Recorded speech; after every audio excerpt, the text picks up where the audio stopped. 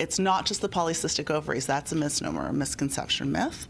Polycystic ovary syndrome is a hormonal disorder. Dr. Marjorie Dixon says it's heralded by 3 criterion, one of them being irregular menstrual cycles or ovulation. The second one is what we call clinical or biochemical hyperandrogenism, which in English means signs of male hormone. Women have circulating male hormone levels, and it can manifest clinically, so acne, extra hair in places that women generally don't have hair.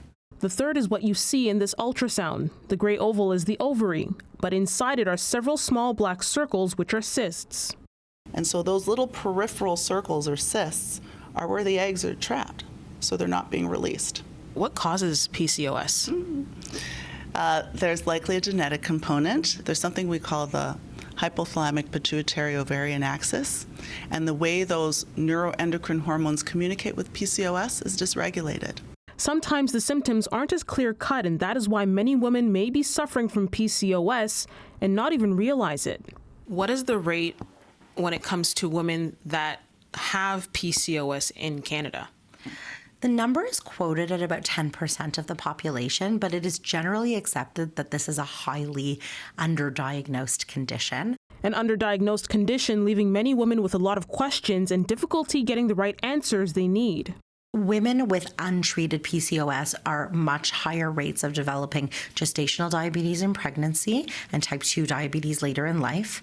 They're at higher risk of developing metabolic syndrome, which can lead to bad cardiovascular outcomes. Just take a look here on Instagram. One quick search on PCOS and there's a lot of information here, but it can be overwhelming too, with many videos talking about different treatment and fixes.